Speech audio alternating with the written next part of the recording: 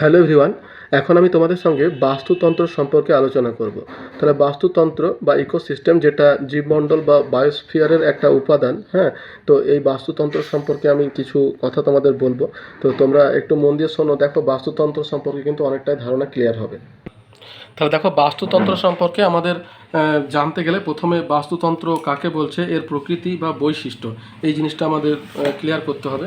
তাহলে বাস্তুতন্ত্র, যেটা ইংলিশ হচ্ছে তোমার ইকোসিস্টেম, অর্থাৎ এটা একটা সিস্টেম মানে কি? সিস্টেম মানে হচ্ছে একটা পদ্ধতি, ঠিক আছে?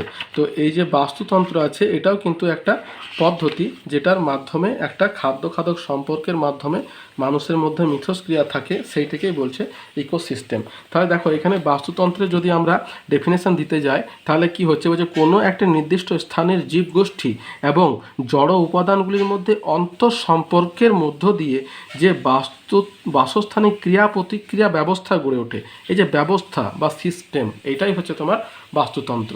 তাহলে যে জায়গাতে বসবাস করছে কোনো জীবগোষ্ঠী, তার সঙ্গে জড় উপাদানের যে অন্তঃসম্পর্ক, ঠিক আছে, সেই অন্তঃসম্পর্কটাকে অর্থাৎ ক্রিয়া প্রতিক্রিয়াটাকে, ক্রিয়া প্রতিক্রিয়ার যে ব্যবস্থা বা সিস্টেম, সেইটিকে বলছে তোমার বাস্তুতন্ত্র। তাহলে এই হলো তোমার বাস্তুতন্ত্রের ডেফিনেশান। এবার বাস্তুতন্ত্রের প্রকৃতি বা বৈশিষ্ট্য কী কী আছে। প্রথম যেটা কি আছে, বাস্তুতন্ত্রের স্বকীয় উৎপাদন ক্ষমতা রয়েছে। অর্থাৎ যতগুলো বাস্তুতন্ত্র রয়েছে তাদের প্রত্যেকের কিন্তু আলাদা আলাদা ক্ষমতা রয়েছে। এই বাস্তুতন্ত্রটা কি বলতো, জলবায়ু পরিবর্তনের সঙ্গে সঙ্গে কিন্তু এটা পরিবর্তিত হয়, যেটাকে বায়োম বলছে। বায়োম হচ্ছে বড় একটা বড়, অর্থাৎ কতগুলো বাস্তুতন্ত্র নিয়ে কিন্তু একটা বায়োম গঠিত হয় বা একটা জলবায়ু অঞ্চল। তো এখানে দেখো বাস্তুতন্ত্রের স্বকীয় উৎপাদন ক্ষমতা রয়েছে, অর্থাৎ প্রত্যেকটা বাস্তুতন্ত্রের কিন্তু আলাদা আলাদা কিছু উৎপাদন ক্ষমতা রয়েছে। নির্দিষ্ট সীমানায় প্রতিটি বাস্তুতন্ত্রকে সময়গত এককে বিবেচনা করা হয়। তাহলে সময়গত এককে কিন্তু এটাকে বিবেচনা করা হচ্ছে। এরপর কি আছে বলছে শক্তি এবং পদার্থের ধারাবাহিক সরবরাহে বাস্তুতন্ত্র উন্মুক্ত প্রণালীর মধ্যে পড়ে। অর্থাৎ এটা কিন্তু কোনো বদ্ধ প্রণালী নয়, এটা উন্মুক্ত প্রণালী। তারপর দেখা বলছে বিভিন্ন জীবগোষ্ঠীর ধারাবাহিক অন্তঃসম্পর্কের জন্য বাস্তুতন্ত্র সর্বদাই গতিশীল, অর্থাৎ এটা সবসময় কিন্তু পরিবর্তন হচ্ছে। তারপর বাস্তুতান্ত্রিক পরিসর ক্ষুদ্র পুকুর থেকে সর্ববৃহৎ রূপে সমগ্র পৃথিবীকেও অন্তর্ভুক্ত করে। তাহলে আমরা পুকুরের বাস্তুতন্ত্র একটা আমাদের উদাহরণ হিসাবে একটা মানে একটা ছোট্ট একটা বাস্তুতন্ত্র, এবং এটা এই ছোট্ট পুকুরের বাস্তুতন্ত্র থেকে সর্ববৃহৎ রূপে সমগ্র পৃথিবীকেও কিন্তু বাস্তুতন্ত্রের অন্তর্ভুক্ত করা যায় অন্তঃসম্পর্কের মাধ্যমে।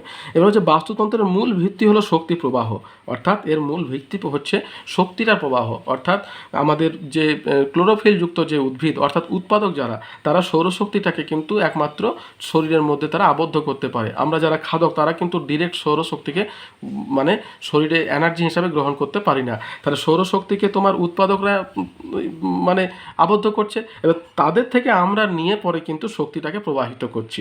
খাদ্য শৃঙ্খল, আমরা শক্তিটাকে খাদ্যের মাধ্যমে নিচ্ছি। আর খাদ্য জাল, যা জীবজগৎ পরিবেশের মধ্যে একটা ভারসাম্য রক্ষা করে। তাহলে খাদ্য খাদক সম্পর্ক, উৎপাদক এবং খাদ্য খাদকের যে সম্পর্ক, সেটা কিন্তু পরিবেশের একটা ভারসাম্য রক্ষা করছে। এটা কিন্তু বাস্তুতন্ত্রের একটা বৈশিষ্ট্যের মধ্যে পড়ে। তাহলে এই হচ্ছে তোমার বাস্তুতন্ত্রের প্রকৃতি বা বৈশিষ্ট্য। এবার দেখো বাস্তুবিদ্যা কি। তাহলে বাস্তুবিদ্যা, যেটার ইংলিশ হচ্ছে ইকোলজি। তাহলে দেখো লজি হচ্ছে একটা সাবজেক্ট, ঠিক আছে, যেমন বায়োলজি, তারপরে গ্রাফি লজি, এগুলো কিন্তু এক একটা সাবজেক্ট বা বিষয়কে উপস্থাপন করে। তাহলে ইকোলজি, তাহলে যে শাস্ত্রে তোমার এই তোমার বাস্তুতন্ত্র নিয়ে আলোচিত হয়, তাকেই বলছে ইকোলজি বা বাস্তুবিদ্যা। তাহলে দেখো এখানে কি বলছে, ইকোলজি বা বাস্তুবিদ্যা বলছে বাস্তু সংস্থান বিদ্যা বা ইকোলজি। বলছে অর্নস্ট হেকেলের মতে ইকোলজি বা বাস্তু সংস্থান বিদ্যা হলো পৃথিবীতে বসবাসকারী জীবগুলোর মধ্যে পারস্পরিক সম্পর্ক এবং পরিবেশের সঙ্গে তাদের সম্পর্কের বিজ্ঞানসম্মত আলোচনা। তিনিই প্রথম ইকোলজি শব্দটি ব্যবহার করেন। বাস্তুতন্ত্রই হলো বাস্তু সংস্থান বিদ্যার মুখ্য আলোচ্য বিষয়। তাহলে দেখো এই অর্নস্ট হেকেল, ইনি কিন্তু তোমার বাস্তুবিদ্যা কথাটি কিন্তু প্রথম তোমার বা বাস্তু সংস্থান কথাটি কিন্তু প্রথম উনি নিয়ে আসেন। তাহলে এই নামটা তোমাদের মনে রাখতে হবে। তাহলে এই গেল তোমার বাস্তুবিদ্যা। এবার দেখো বাসস্থান বা হ্যাবিটেট কি। হ্যাবিটেট ইংরেজিটা হচ্ছে হ্যাবিটেট। তাহলে বাসস্থল মানে যে জায়গাতে তোমার বসবাস করছে, সেটাই হচ্ছে তোমার বাসস্থল। তাহলে দেখো বাসস্থল কোনটাকে বলছে বা হ্যাবিটেট। আমরা যদি বাসস্থল সম্পর্কে জানতে চাই, তাহলে হ্যাবিটেট হচ্ছে তোমার, দেখো বাস্তুতন্ত্রে জীব যে স্বাভাবিক আবাসে বসবাস করে তাকে হ্যাবিটেট বা বাসস্থল বলা হয়। অর্থাৎ যে জায়গাতে বাস্তুতন্ত্রটা সম্পন্ন হচ্ছে, সেই জায়গাটিকে বলছে তো তোমার হ্যাবিটেট। এবার নেক্সট কি, বাস্তুতন্ত্রের উপাদানগুলি সম্পর্কে আলোচনা করো। তাহলে উপাদানগুলো সম্পর্কে আমরা যদি আলোচনা করি তাহলে দেখো বাস্তুতন্ত্র কি কি উপাদানে গঠিত। দেখো প্রথম দুটো ভাগ হচ্ছে কি, একটা হচ্ছে জড় উপাদান, একটা হচ্ছে সজীব উপাদান। এটা হচ্ছে দুটো ভাগে, জীব এবং জড়ের মধ্যে যে অন্তর সম্পর্কের যে তোমার ক্রিয়া, সেটাই হচ্ছে তোমার বাস্তুতন্ত্র। তাহলে উপাদানগুলোকে প্রধান দুটি ভাগে ভাগ করছে, একটা হচ্ছে জড় উপাদান বা অ্যাবায়োটিক কম্পোনেন্টস, একটা সজীব উপাদান বা বায়োটিক কম্পোনেন্টস। এবার দেখো জড় উপাদান সেগুলোকে আবার কতগুলো ভাগে ভাগ করছে।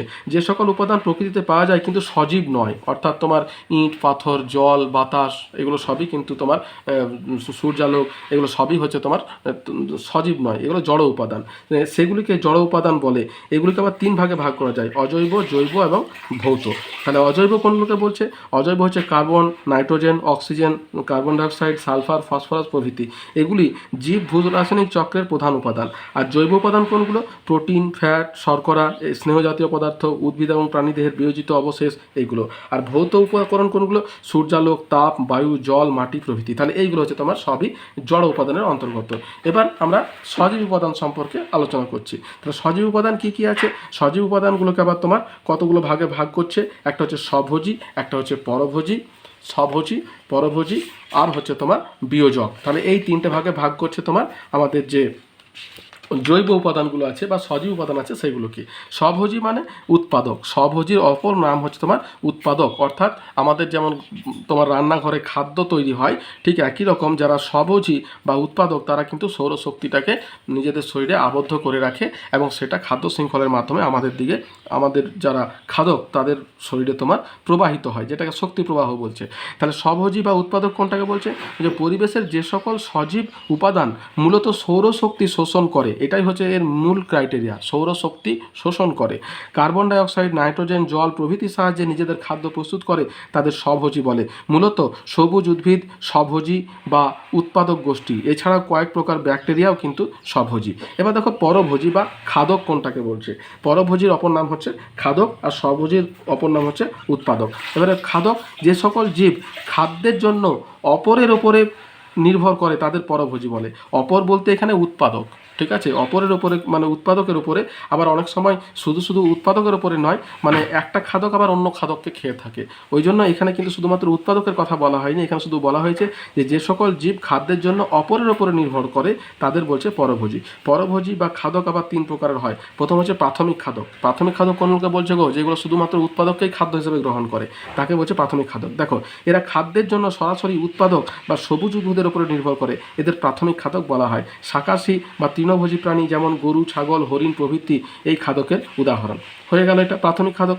গৌণ খাদক কি, ওই যে প্রাথমিক খাদক অর্থাৎ তৃণভোজী প্রাণীদের খাদ্য হিসাবে গ্রহণ করে যে সকল প্রাণী সেগুলিকে গৌণ খাদক বলে। যেমন ছোট মাছ, কয়েক প্রকার পতঙ্গ, ছোট পাখি, ব্যাঙ, ইঁদুর, বাঘ, সিংহ প্রভৃতি। তার কারণ এরা হচ্ছে উৎপাদককে খেয়ে থাকে। আর প্রগৌণ খাদক কোনটা, এরা গৌণ খাদককে খাদ্য হিসাবে গ্রহণ করে বলে এদের প্রগৌণ খাদক বলা হয়। যেমন বড় মাছ, বড় সাপ, বাজ পাখি, শকুন, চিল ইত্যাদি এরা প্রগৌণ খাদক। অর্থাৎ এরা কিন্তু মানে গৌণ খাদকদের আবার খাদ্য হিসাবে গ্রহণ করে, আবার প্রাথমিক খাদক যারা তাদেরকেও কিন্তু খাদ্য হিসাবে গ্রহণ করে। বুঝতে পেরেছো? অর্থাৎ এই গৌণ খাদক যারা আছে তারা শুধু প্রাথমিক খাদককে গ্রহণ করছে, প্রগৌণ খাদক যারা আছে তারা গৌণ প্রাথমিক দুটোকেই কিন্তু খাদ্য হিসাবে গ্রহণ করছে। তাহলে এই গেল তোমার খাদক। এরপর কি বিয়োজক অর্থাৎ ডিকম্পোজার। আমাদের ধরো কোনো একটা প্রাণী যখন মারা যায় তখন সেটাকে ডিকম্পোজ করে যখন পরিবেশের মধ্যে সেই উপাদানটাকে ফিরিয়ে দিচ্ছে তাদেরকে বলছে ডিকম্পোজার বা বিয়োজক। তাহলে বিভিন্ন প্রকার ছত্রাক, ব্যাকটেরিয়াকে বিয়োজক বা মৃতজীবী বলা হয়। এরা মৃত উদ্ভিদ এবং প্রাণীর দেহে বিয়োজিত করে আবার সরল যৌগে পরিণত করে এদের মাইক্রো কনজিউমার বা অনুখাদক বলে। বিয়োজক উপাদানগুলি উদ্ভিদ এবং প্রাণীর দেহাবশেষের জটিল পদার্থগুলি থেকে পুষ্টি লাভ করে এবং অজৈব পদার্থ বর্জন করে, যা সবুজ উদ্ভিদের খাদ্য তৈরিতে কাজে লাগে। তাহলে এই হলো তোমার বিয়োজক। তাহলে আমাদের যে বাস্তুতন্ত্র আছে সেগুলো কিন্তু এই উপাদানগুলো দিয়ে গঠিত। এবার দেখো এখানে স্বভোজী আর পরভোজী দুটোর মধ্যে পার্থক্য করেছে। স্বভোজী আর পরভোজীর মধ্যে পার্থক্য, প্রধান পার্থক্য কি, স্বভোজীরা নিজেদের খাদ্য কিন্তু নিজেরা তৈরি করতে পারে, আর পরভোজীরা এরা খাদ্যের জন্য কিন্তু মানে স্বভোজীর উপরে নির্ভরশীল। দেখো কি বলছে, সৌরশক্তিকে শোষণ করে নিজেরাই নিজেদের খাদ্য তৈরি করে, অন্যদিকে পরভোজীরা কি অন্য জীবকে খাদ্য হিসাবে গ্রহণ করে। স্বভোজীরা উৎপাদক স্তরভুক্ত আর পরভোজীরা হলো খাদক স্তরভুক্ত। খাদ্য শৃঙ্খলে স্বভোজীরা একক স্তর বিশিষ্ট, অর্থাৎ একেবারে নিচের স্তরে কিন্তু থাকে, যে খাদ্য শৃঙ্খলের যে পিরামিড হয় সেখানে কিন্তু একেবারে নিচের স্তরে কিন্তু থাকছে তোমার স্বভোজী। আর অন্যদিকে খাদ্য শৃঙ্খলে পরভোজীরা একাধিক স্তর বিশিষ্ট। আর স্বভোজীরা জীবভর অনেক বেশি, অর্থাৎ এদের সংখ্যাটা কিন্তু অনেক বেশি পিরামিডের জন্য, যার জন্য এরা নিচে অবস্থান করছে। আর পরভোজীরা জীবঘর কম এবং ঊর্ধ্ব খাদ্য শৃঙ্খল ক্রমে কমে যায়। স্বভোজীরা খাদ্যের যোগান দেয় আর পরভোজীরা কি করে, খাদ্য গ্রহণ এবং যোগান উভয় ক্ষেত্রেই পরভোজীরা প্রযোজ্য। তাহলে এই হচ্ছে তোমার স্বভোজী এবং পরভোজীর মধ্যে পার্থক্য। এরপর দেখো যেটা আছে আমাদের বাস্তুতন্ত্রের যে উপাদান বললাম, সেই উপাদানগুলোর একটা উদাহরণ, অর্থাৎ আমরা যে তোমার বললাম উৎপাদক, খাদক, বিয়োজক এবং জৈব অজৈবগুলোকে যে অজৈব, জৈব এবং ভৌত এই তিনটে ভাগে ভাগ করলাম। এবারে এটার পার্থক্য আমরা কিভাবে দিতে পারি, দেখো একটা পুকুরের বাস্তুতন্ত্র হলে কিন্তু এখানে আমরা উদাহরণটা দিতে পারবো। ওই যে পুকুরের স্বাদু জলের একটি ক্ষুদ্রাকৃতি বাস্তুতন্ত্র, এই বাস্তুতন্ত্রের উপাদানগুলি নিম্নরূপ। প্রথমে দেখো জড় উপাদান আছে, জড় উপাদানকে আমরা কি কোন কোন ভাগে ভাগ করলাম, জৈব, অজৈব এবং তোমার এই যে দেখো এখানে যে ভাগটা দেওয়া আছে, এই দেখো আমরা কটা ভাগে ভাগ করেছিলাম, আমরা ভাগ করেছিলাম জড় উপাদানগুলিকে অজৈব, জৈব এবং ভৌত। এই যে এখানে ভাগটা আছে দেখো, অজৈব, জৈব এবং ভৌত। তাহলে পুকুরের বাস্তুতন্ত্রে অজৈব, জৈব, ভৌত কি কি আছে দেখো, ওই সূর্যালোক, উষ্ণতা, মাটি, বায়ু, জল, দ্রবীভূত অক্সিজেন, কার্বন ডাইঅক্সাইড, নাইট্রোজেন এবং অন্যান্য বিভিন্ন প্রকার গ্যাসীয় পদার্থ। এবার সজীব উপাদান যেগুলোকে উৎপাদক, খাদক এবং বিয়োজক তিনটে ভাগে ভাগ করছে। তাহলে উৎপাদক কী কী আছে বলছে, উদ্ভিদ, প্লাঙ্কটন, বড় উদ্ভিদ যেগুলি পুকুরের কম গভীরে জন্মায়, যেমন শাপলা, শামুক, পদ্ম এবং ভাসমান উদ্ভিদ যেগুলির জন্য মাটির প্রয়োজন হয় না, যেমন কচুরিপানা। ঠিক আছে, এরা হচ্ছে তোমার একটা পুকুরের বাস্তুতন্ত্রের উৎপাদক। খাদক কোনগুলো, খাদকের মধ্যে প্রাথমিক খাদক হচ্ছে প্রাণী, প্লাঙ্কটন, কীটপতঙ্গ, পোকা।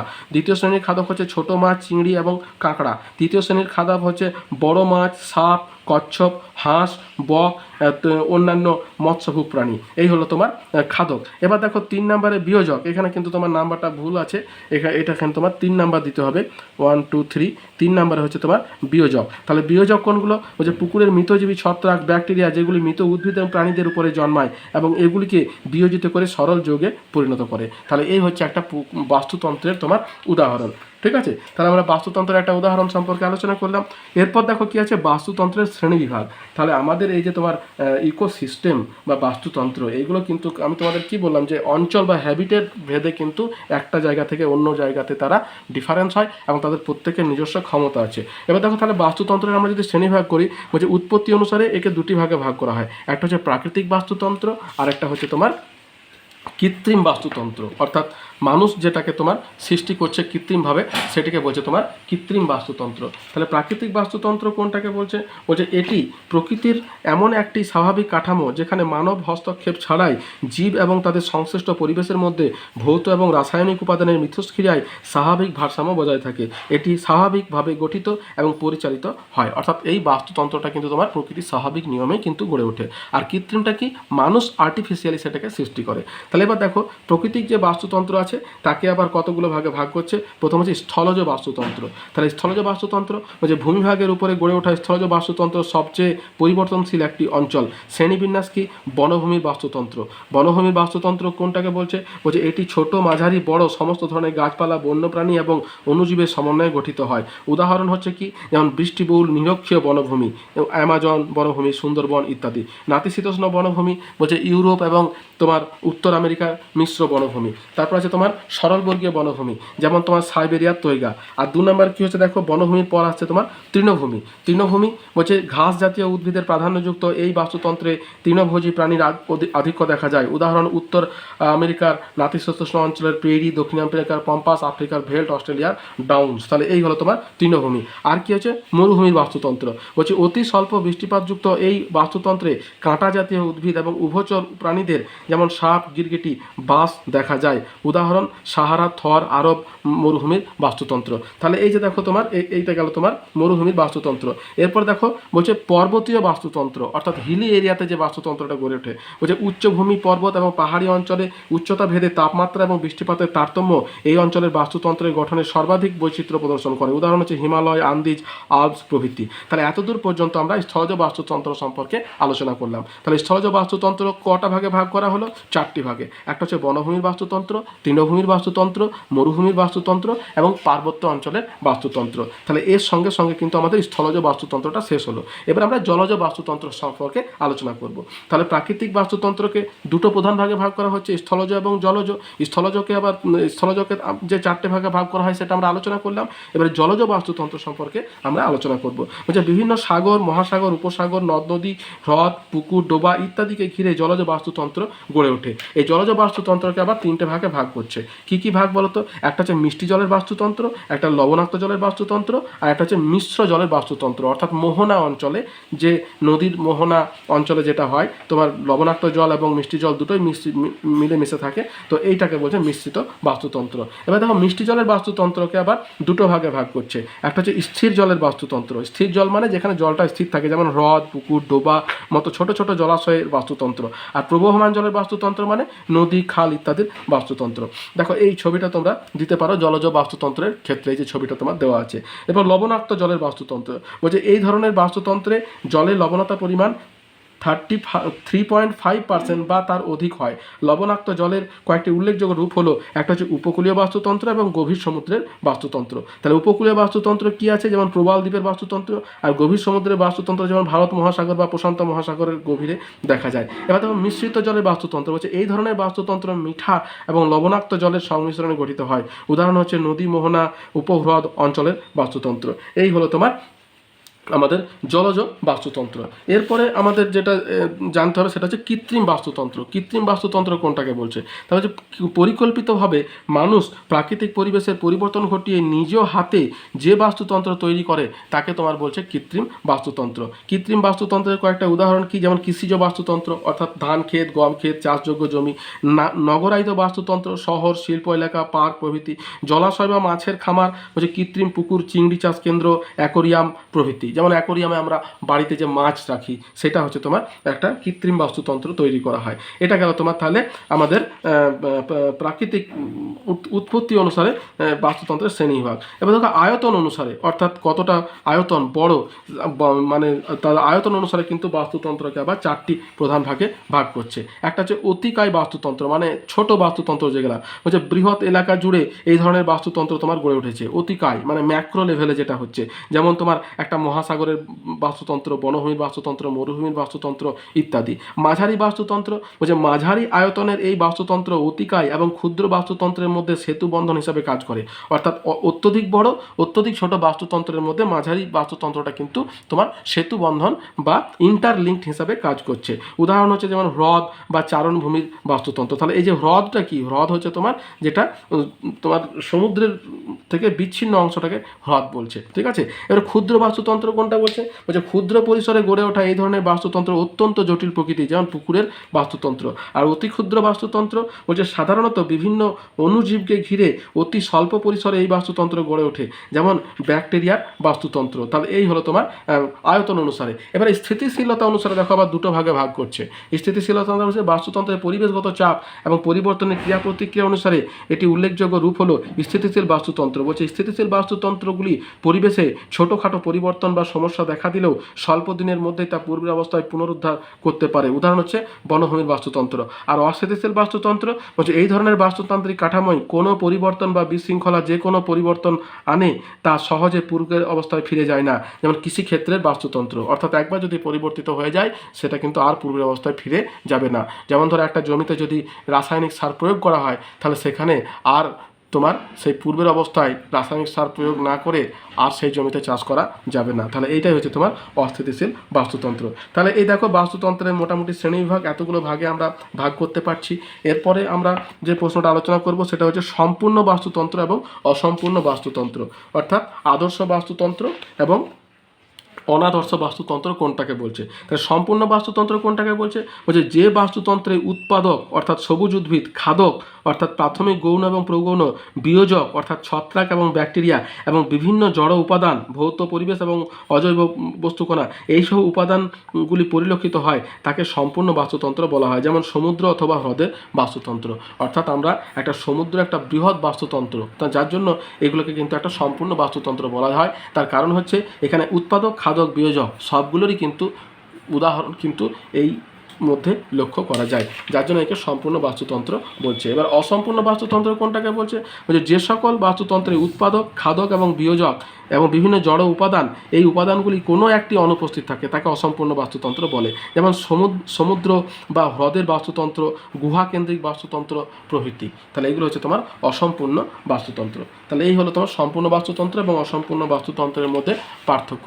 নেক্সট আমাদের কি আছে সেটা হচ্ছে যে তোমার কতগুলো শর্ট নোটস, যে প্রজাতি কাকে বলে বা কমিউনিটি। ঠিক আছে, তোমার প্রজাতি বা কমিউনিটি যেটা আছে সেটা আমাদেরকে জানতে হবে যে প্রজাতি জিনিসটা কী। কেননা যখনই তো আমরা বাস্তুতন্ত্র সম্পর্কে জানছি তখন বায়োম, কমিউনিটি এগুলো তোমার কি একটা বৃহৎ একক। ঠিক আছে, তাহলে দেখো আমাদের প্রজাতি জিনিসটা হচ্ছে কোনো একটা প্রজাতি সম্পর্কে যখন বলছে তখন সেটাকে বলছে প্রজাতি। দেখো হচ্ছে অন্যান্য জীব থেকে জননগতভাবে আলাদা সুনির্দিষ্ট বংশগতির ধারক ও বাহক, সমজাতীয় দেহ গঠনকারী ও আচরণ সম্পন্ন এবং জীবতত্ত্ব অনুসারে একই জিনগত বৈশিষ্ট্য সম্পন্ন জীবের সমাহারকে প্রজাতি বলা হয়। তাহলে আমরা একটা প্রজাতি বা জাতি আলাদা করি কিসের ভিত্তিতে? তারা তোমার এতগুলো জিনিস থাকবে, তারা জননগতভাবে আলাদা হবে, সুনির্দিষ্ট বংশগতির ধারক বাহক হবে, সমজাতীয় দেহ গঠনকারক হবে এবং আচরণ সম্পন্ন হবে, এবং জীবতত্ত্ব অনুসারে তাদের জিনগত বৈশিষ্ট্য কিন্তু একই রকম হবে। তাহলে এতগুলো ক্রাইটেরিয়া যখন ফুলফিল করবে তখনই তাকে একটা অন্য প্রজাতি বলা যাবে। যেমন উদাহরণ হচ্ছে রয়্যাল বেঙ্গল টাইগার হলো বাঘের একটা প্রজাতি। ঠিক আছে, তাহলে রয়্যাল বেঙ্গল টাইগার, তারপরে চিতাবাঘ, এগুলো কি এক একটা আলাদা আলাদা প্রজাতি, এইটিকেই বলছে তোমার প্রজাতি। তাহলে এই হলো তোমার প্রজাতি কাকে বলে। এরপর দেখো কি আছে, যে জনসংখ্যা জিনিসটা কি। তাহলে জনসংখ্যা বা পপুলেশন কি গো? জনসংখ্যা হচ্ছে কোনো নির্দিষ্ট ভৌগোলিক এলাকায় নির্দিষ্ট প্রজাতির জীবের মোট সংখ্যাকে, এখানে আমরা জনসংখ্যা বলতে শুধুমাত্র মানুষের জনসংখ্যাকে আমাদের মাথাতে আসে, কিন্তু সেটাই শুধু নয়, যে কোনো প্রজাতির জীবের মোট সংখ্যাকে পপুলেশন বা জনসংখ্যা বলা হয়। যেমন তোমার সুন্দরবনে বাঘের পপুলেশন বোঝাতে সমগ্র সুন্দরবন জুড়ে সমস্ত বাঘ প্রজাতির মোট সংখ্যাকে বোঝানো হয়। তাহলে পপুলেশন মানে শুধুমাত্র পাবলিক নয়, পপুলেশন মানে হচ্ছে সবই, বাঘ, সিংহ, হাতি, বানর, গন্ডার সবই হচ্ছে তোমার, তাদের মোট সংখ্যাটাকে তোমার বলা হয় পপুলেশন। হ্যাঁ, নেক্সট দেখো যেটা আছে সেটা হচ্ছে যে সম্প্রদায় বা গোষ্ঠী কাকে বলে। তাহলে সম্প্রদায় বা গোষ্ঠী বলছে বিভিন্ন প্রজাতির জীবের কোনো জনসংখ্যা যখন একত্রে একটি অঞ্চলে বসবাস করে বা আবাসস্থলে বসবাস করে এবং পুষ্টি স্তরের সম্পর্কের ভিত্তিতে মিথস্ক্রিয়া সম্পন্ন করে তখন তাকে সম্প্রদায় বলা হয়। উদাহরণ কি? সুন্দরবনে প্রাণী গোষ্ঠী বলতে সুন্দরবনে বসবাসকারী সমস্ত প্রাণীদের বোঝানো হয়। ঠিক আছে, তাহলে এই গেল তোমার সম্প্রদায়। এবার দেখো কিছু ছোট ছোট প্রশ্ন আমাদের এখানে জানতে হবে যে ইকোক্লাইন জিনিসটা কি। ইকোক্লাইন তোমার হচ্ছে যে আমরা ইকো সিস্টেম হলো তোমার একটা সিস্টেম যেটা সম্পর্কে আমরা আলোচনা করেছি। এবার তোমার ইকোক্লাইন, তাহলে দেখো ইকোক্লাইন কোন জিনিসটাকে বলছে। এখানে দেখো আমি তোমাদের সঙ্গে আলোচনা করছি ইকোক্লাইন, সেটা তোমার এখানে দেখো আছে, বলছে বিভিন্ন পরিবেশে বিভিন্ন ভাবে সাড়া দেয়, তাই বাস্তুতন্ত্র ভেদে জীবের আকারে তারতম্য বা পরিবর্তন দেখা দেয় তাকে ইকোক্লাইন বলা হয়। অর্থাৎ একটা ইকোসিস্টেম থেকে অন্য ইকোসিস্টেমে যে পরিবর্তন সেটাকে বলছে ইকোক্লাইন। বুঝতে পেরেছো? অর্থাৎ তোমার পরিবেশে ভেদে যখন বাস্তুতন্ত্রের জীবের আকারের তারতম্য হয়, অর্থাৎ যেমন পার্বত্য অঞ্চলের মানুষ ছোট হয়, চোখ ছোট হয়, আর সমভূমি অঞ্চলের মানুষ একটু হাইটে বেশি হয়, তারা একটু তোমার মানে একটু আলাদা রকমের হয়ে থাকে, এইগুলো হচ্ছে তোমার ইকোক্লাইন। আমরা যারা উষ্ণ পরিবেশে বসবাস করছি গায়ের রং কালো, আবার যারা শীতল পরিবেশে বসবাস করছে তাদের গায়ের রং পরিষ্কার, তাহলে এইটা হচ্ছে তোমার ইকোক্লাইন। এই যে পরিবর্তন, এই জিনিসটা হচ্ছে ইকোক্লাইন। আর ইকোটোন কোনটাকে বলছে?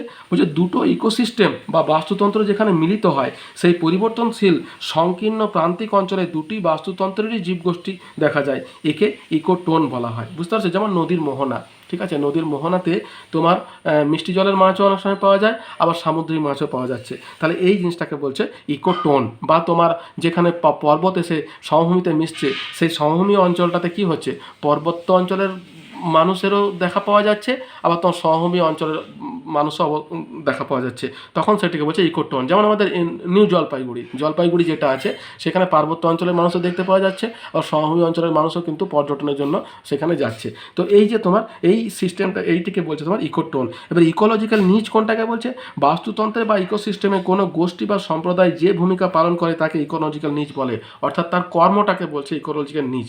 আমি ধরো কোনো একটা বাস্তুতন্ত্রে বসবাস করছি, তাহলে আমি তো কোনো একটা কাজ করে বাঁচছি, ঠিক আছে, আমি তো বাস্তুতন্ত্রের কোনো একটা ভূমিকা পালন করছি, তো আমার যে ভূমিকাটা সেটাকে বলছে ইকোলজিক্যাল নিচ। আর ক্লাইম্যাক্স কমিউনিটি কোনটাকে বলছে, যে বাস্তুতন্ত্রে যখন উদ্ভিদ এবং প্রাণী সম্প্রদায়ের বিকাশ সর্বোচ্চ সীমায় পৌঁছায় তখন তাকে ক্লাইম্যাক্স কমিউনিটি বলা হয়। এই পর্যায়ে বাস্তুতন্ত্রের সংরক্ষণের প্রয়োজন হয়। অর্থাৎ দেখো, যে সমস্ত প্রাণীগুলো তোমার বিলুপ্ত হয়ে যাচ্ছে, যেমন তোমার বাঘের সংখ্যা কমছে, হাতির সংখ্যা কমছে, এই জিনিসটাকে বলছে তারা ক্লাইম্যাক্স কমিউনিটিতে চলে গেছে, তাদেরকে সংরক্ষণ করার প্রয়োজন হচ্ছে। তাহলে এই হলো তোমার ক্লাইম্যাক্স কমিউনিটি। তাহলে দেখো, আমি বাস্তুতন্ত্র সম্পর্কে যতটা পারলাম তোমাদের সঙ্গে আলোচনা করার চেষ্টা করলাম। এরপরে ধরো আমাদেরকে বাস্তুতন্ত্রের আরও জিনিসগুলো সম্পর্কে জানতে হবে, যেমন তোমার পুষ্টি স্তর, শক্তি প্রবাহ, খাদ্য শৃঙ্খল, খাদ্য জাল। তো আমি আপাতত বাস্তুতন্ত্র সম্পর্কে আলোচনা করছি, বাকিগুলো তোমার পরের ভিডিওতে আলোচনা করব। তো যদি আমার ভিডিওটা তোমাদের ভালো লেগে থাকে তাহলে একটা লাইক দিও, বন্ধুদের সঙ্গে শেয়ার করো, আর চ্যানেলটা সাবস্ক্রাইব করে রাখো। আর যদি কোনো প্রশ্ন থাকে আমাকে কমেন্ট বক্সে কমেন্ট করো, আমি তোমাদের প্রশ্নের উত্তর দেওয়ার যথাসাধ্য চেষ্টা করব। তাহলে এতদূর পর্যন্তই, দেখা হচ্ছে পরের ভিডিওতে। ধন্যবাদ।